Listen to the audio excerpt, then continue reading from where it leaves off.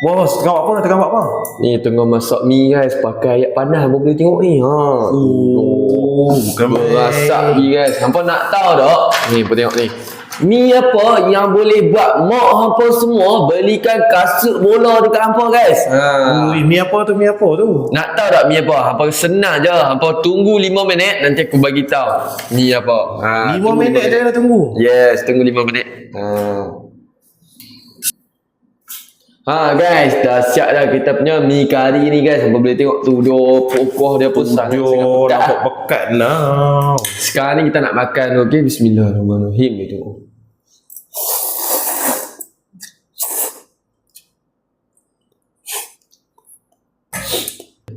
Sedap gila guys.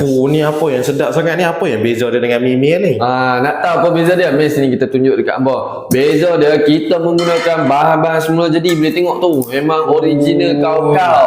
Tapi dah kalau guna bahan original ni nak masak dia mesti lama ni. Tak payah lama pun. Selalu kalau orang masak apa jam? 2-3 jam betul tak? Tapi untuk apa semua jangan risau. Kita dah siap sedia paste sejati yang macam ni. Boleh tengok. Paste sejati perencah kari. Dia tak guna powder Tak pakai powder. Kita menggunakan paste sejati macam ni. Sebab tu lah best dia, special. So kita nak masak dia pun senang je. Kita masukkan paste dan juga kita masukkan mi segera. Dah boleh siap dah. Okay? So hampa nak tahu tak mi apa yang boleh buat mak hampa semua belikan kasut bola untuk hampa? Ni dia. Mi kari Nyonya 336. Okay? Hampa boleh dapatkan sekarang tau. Dekat mana boleh dapat tu? Nak dapatkan senang je. Boleh dapatkan dekat beg kuning. Untuk 100 orang terawal akan dapat harga terlepas lagi. So takkan tunggu lama-lama. Cepat dapatkan sekarang guys.